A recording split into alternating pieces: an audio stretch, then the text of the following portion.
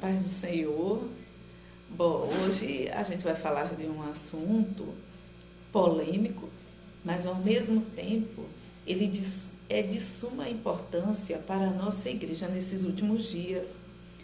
Eu vou usar uma linguagem simples, sabe? Principalmente para aquelas pessoas que são novas na fé, que são leigas no assunto, que não conseguem entender direito algumas coisas, viu?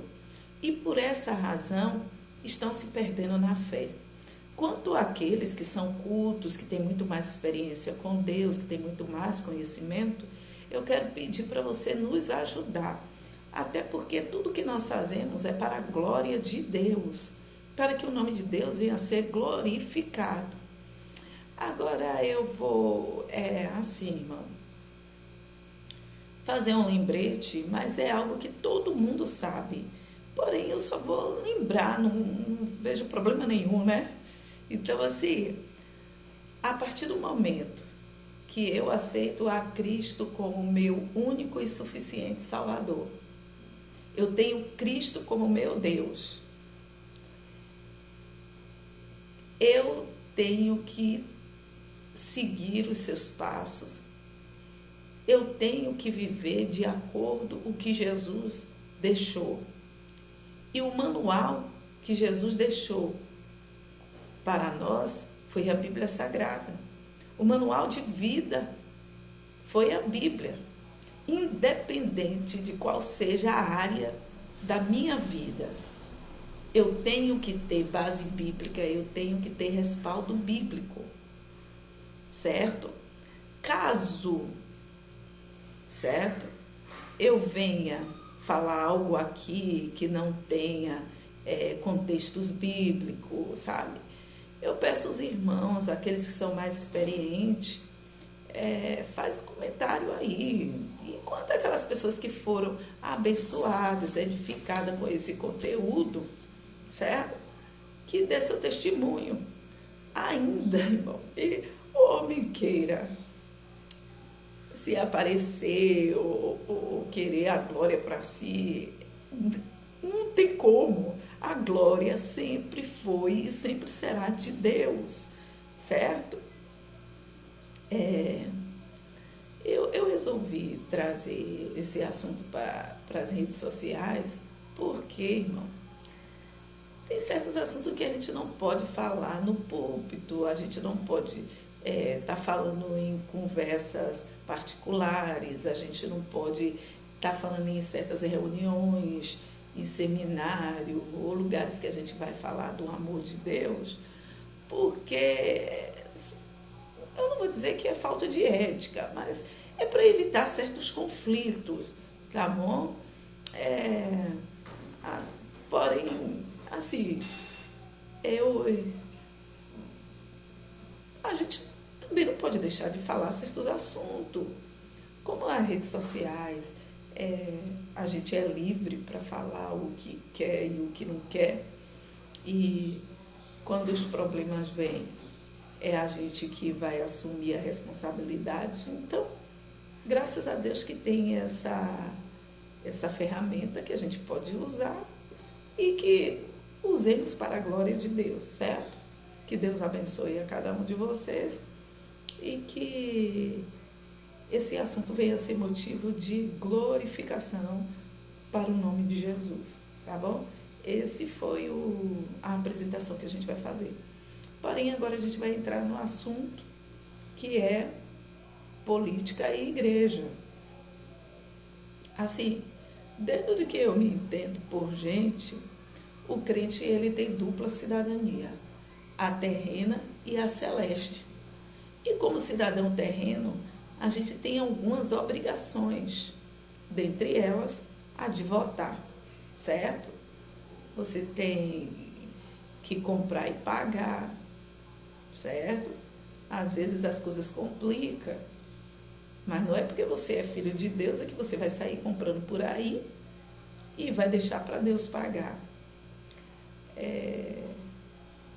O crente, ele é trabalhador, o filho de Deus, ele é trabalhador. E ele tem como pai Deus. Então, Deus é um pai exemplar. Então, se você se endividou, está com dificuldades de pagar, vai lá, conversa com a pessoa, divide para 100 vezes, certo? Mas pague, viu? O crente, ele faz a declaração de imposto, o crente, ele não pega o que não é dele, certo? Tudo que ele tem é conquistado com o suor do seu trabalho, viu? Até porque tudo isso a gente encontra na Bíblia Sagrada, viu?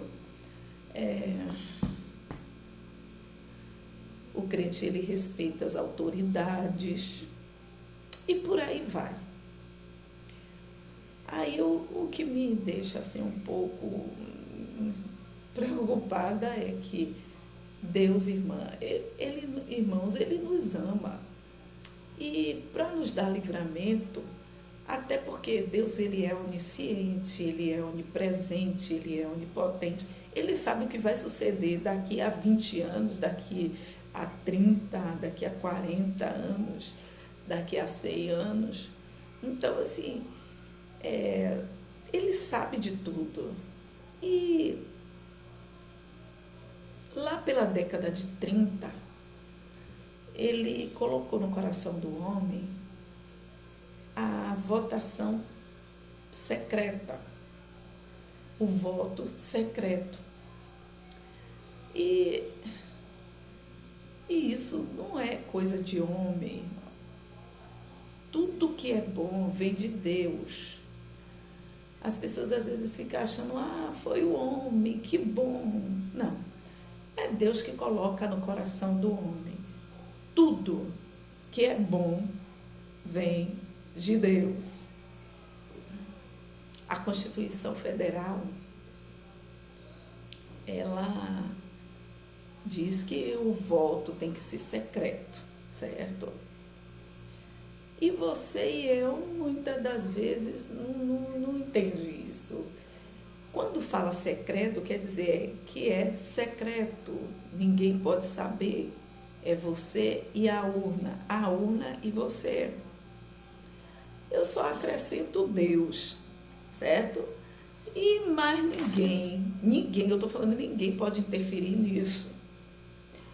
Aí eu e você muitas das vezes não levam em consideração isso e fala o que quer, o que não quer e termina falando e depois, infelizmente, a gente não quer suportar as consequências do que falamos.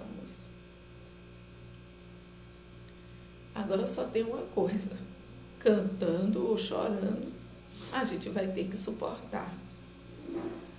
A euforia, irmão, eleitoral, ela muitas das vezes faz a gente esquecer quem na verdade nós somos, se é que somos, né? Como diz o apóstolo Paulo. Veja bem, se você é da esquerda, vai lá, crente, volta no da esquerda. Se você é da direita, vai lá e volta no da direita. É democracia. Meu Deus, as coisas, elas são tão fáceis, mas a gente tem uma tendência a complicar tudo. Não precisa tu estar se expondo, sabe? Se você tiver de se expor, que se exponha por Cristo. Se tiver de sofrer afronta, perseguição, humilhação, que seja por Cristo. Agora, por partido político, por homens, apenas homens, que está sujeito a nem cumprir um mandato, não cumprir nada do que falou, desfazer tudo o que prometeu, e você e eu ficar frustrado, decepcionado. Não deixe de votar, vote. Mas esse negócio, filho, é eu e a urna e Deus. Ai, irmã, mas eu tenho dúvida, eu não sei em quem votar. Ore. Aqui em casa, nem o crente, nem da vizinha sabem em que eu votei. Não é questão de falta de confiança, nada disso. É questão de vigilância mesmo. Vamos para a história, até porque isso é velho. Eu lembro do grande cisma na Idade Média, imperadores, onde a política chegou e fez a divisão entre os cristãos. Eu não estou aqui dizendo, irmão, que foi bom ou foi ruim. O que eu estou tentando trazer para o povo é o poder político, o poder que a política tem. Quem sabe você pode até dizer, Sara, você acho que não estudou a história direito. Possa ser que eu não tenha estudado, não tenha entendido, mas eu estudei um pouquinho e eu acho que estudei sim. Tu quer me dizer que a divisão que teve na igreja do Oriente Médio e o Ocidente não foi por motivo político? O próprio Constantino, quando se converteu ao cristianismo, tu acha mesmo que verdadeiramente ele queria ser cristão? Seguidor de Cristo? Ô, irmão, claro que não. Olha, Constantino, ele viu no cristianismo o que eu e você muitas das vezes não conseguem enxergar. O quê? O poder do evangelho. Alguns historiadores chegaram a dizer que ele nunca foi a um culto cristão. Pelo contrário, ele era pagão. Mas aí você vai dizer, Sara, então você esqueceu da história. Não, eu sei da história mais conhecida como a Batalha da Ponte, que foi a Milvia, né? Se eu não me engano. Constantino, irmão, teve um sonho ou foi uma revelação quando ele olhava para o sol. Essa história toda aí, que apareceu a sigla XP, que em grego quer dizer Cristo, né? As primeiras palavras de Cristo. Essa história aí que todo mundo sabe. Aí é história, né? E ele foi e usou essas siglas e saiu vitorioso, certo? Tudo bem. Eu sou o tipo de pessoa que eu prefiro acreditar mais nos frutos do que na árvore. Eu classifico Constantino como um sábio, um cara muito inteligente, sabe? Constantino, irmão, ele viu as atrocidades que os reis, imperadores, o paganismo causou ao cristianismo. Os historiadores até hoje ficam sem entender como um povo que era menos de 10% da população sofria tanta perseguição por causa da sua fé. Mas Constantino não era bobo. O povo crescia. O povo estava disposto a dar a sua vida. Ele entendeu que é melhor eu estar junto, certo? Deles, me juntar a eles, do que ser contra.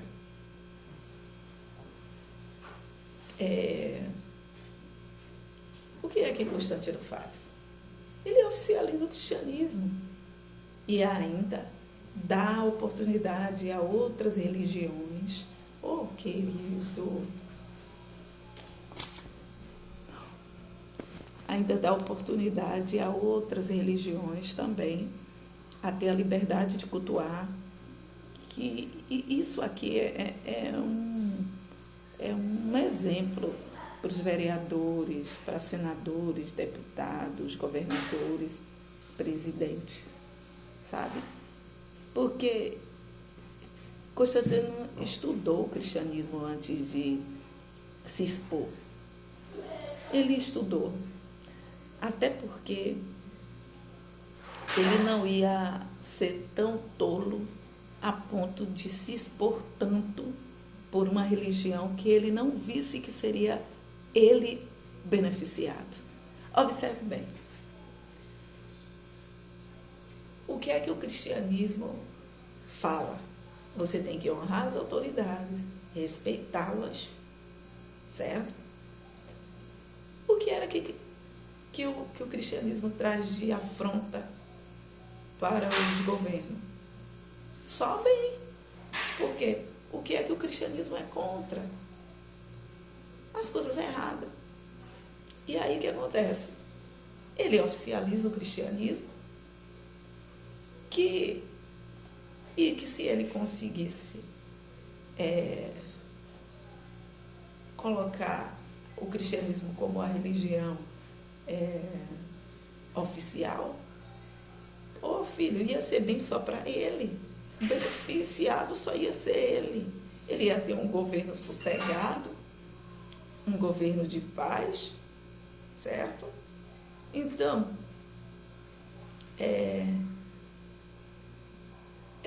eu queria também mostrar o outro lado da moeda. Os cristãos, ele tem que se portar de acordo com a palavra de Deus. Porque não adianta a gente ficar dando só um lado da moeda. Certo? Então, assim, ele chegou à conclusão que, simples, essa religião só vai me fazer bem, o cristianismo só vai me fazer bem. Ele queria um governo sossegado, um governo de paz. E quando ele viu que aquele povinho pequeno estava disposto a dar a vida, sabe? Gente, é de dar uma inveja santa, sabe? Não tinha ninguém no poder para defender nem apelar, só Deus. O que foi o suficiente. Não se faz mais crente como antigamente, não. O cristianismo, irmão, ele se diferenciava demais das demais religiões. Por quê? Era um povinho pequeno, piquixirico, sofria perseguição e ainda assim aumentava. Crescia. Agora é que eu consigo entender. As coisas inverteram. A gente tem tanta gente para nos defender. E o número, você já observou que só está diminuindo? Templos grandes, mas ainda assim com bancos vazios, igrejas sendo fechadas. E olha que a gente ainda, fora as adaptações que a gente tem que fazer no cristianismo de hoje, porque o cristianismo puro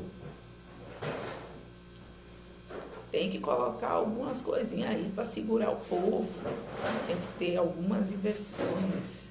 A gente inventa tanta coisa e bota parede preta, e bota luzes, e bota caixote, e bota LED na frente para atrair, para chamar atenção, e bota umas músicas meio doidas, tudo para atrair o povo. E o que me preocupa mesmo não é que vai subir no poder. Até porque Deus deixa claro que a Bíblia ela é muito clara em dizer que só vai lá quem Deus permite. Mas o posicionamento da igreja diante da política atual, onde os nossos líderes, com todo respeito, chegam a um acordo entre si, coloca seus membros numa situação difícil e constrangedora. Resolvemos apoiar o da direita, porque ele defende os princípios bíblicos. Desde quando a igreja foi chamada para isso? Política, defender direitos bíblicos. Mas quando o justo governa, o povo não sofre. Mas só chega lá quem Deus permite. Vai depender da situação da nação.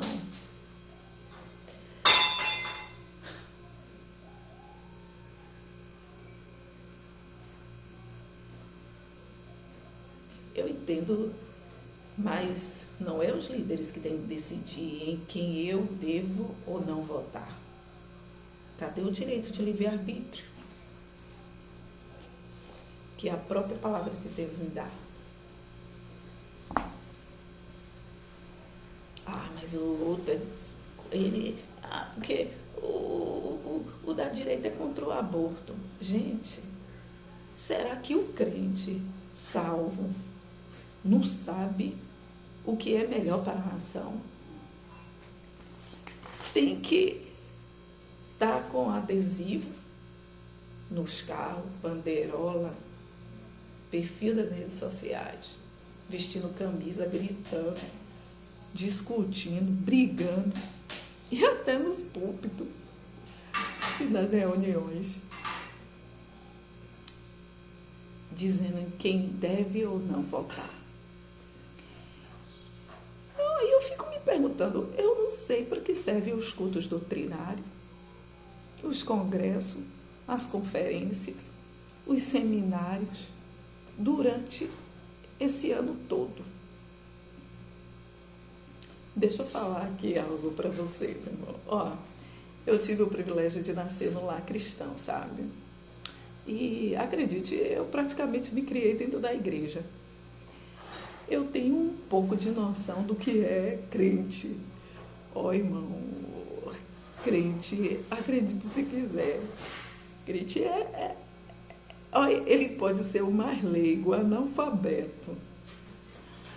Mas se ele disser assim, eu não voto em fulano, filho, não adianta o profeta profetizar, não adianta o cantor cantar, não adianta o pastor pedir, líderes pedir, não adianta pregador pedir, sabe?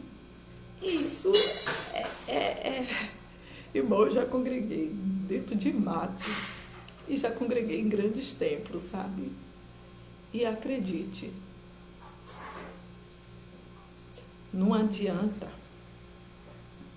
Eu não sei se isso provém da própria natureza humana ou se de Deus. Às vezes a gente quer se livrar tanto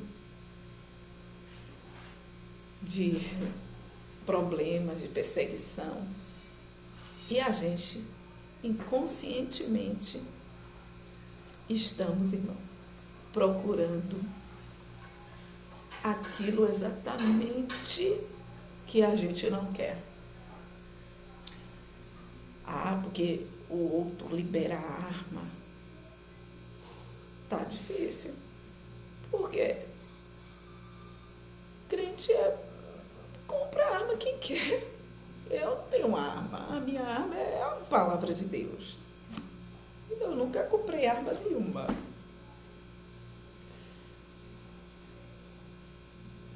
Crente era para ser um povo diferenciado. Crente de mal com o outro, a ponto de trocar soco, palavrões, pegar o zap, passar 10, 20 minutos batendo boca por causa de partido político. Eu sinto muito. Mas o apóstolo Paulo, ele disse que quem está na carne não pode agradar a Deus. Mas nós não estamos na carne, não. Né? A gente está no espírito. Mas lembre-se, quem está no espírito, o corpo, a carne, ela está morta. Mas o que nós vemos é que, pelas nossas atitudes, é que a nossa carne está mais viva do que nunca. Por isso é que eu nem me empolgo quando as pessoas falam algo bom de mim ou de ruim. Que fale bem ou que fale mal, sabe? Eu não me empolgo, não. Sou carne mesmo. Que seja bom, glória. Que seja ruim, que eu aprenda a melhorar. E quando a gente vai colocar na balança tudo isso aí, o que a gente ganhou para o reino de Deus? Nada. Zero. Apenas contenda, discórdia. Oh, meu querido, palavras maldizentes, ódio, raiva, inimizade. Eu repito, se tivermos de sofrer, que soframos por Cristo. Aí vai valer a pena. Porque vai perseguir a igreja. Perseguir a igreja? Que igreja, irmã? A igreja brasileira? Que estrutura, irmão? Que estrutura, irmão, tem a igreja brasileira para passar por perseguição? Bom, gente, eu vou dividir esse vídeo em duas partes, até para não ficar grande. E a gente vai dar continuidade no outro, certo? Que Deus abençoe vocês. E que na próxima semana temos mais vídeos. E dando continuidade. Que Deus abençoe a cada um de vocês. Amém.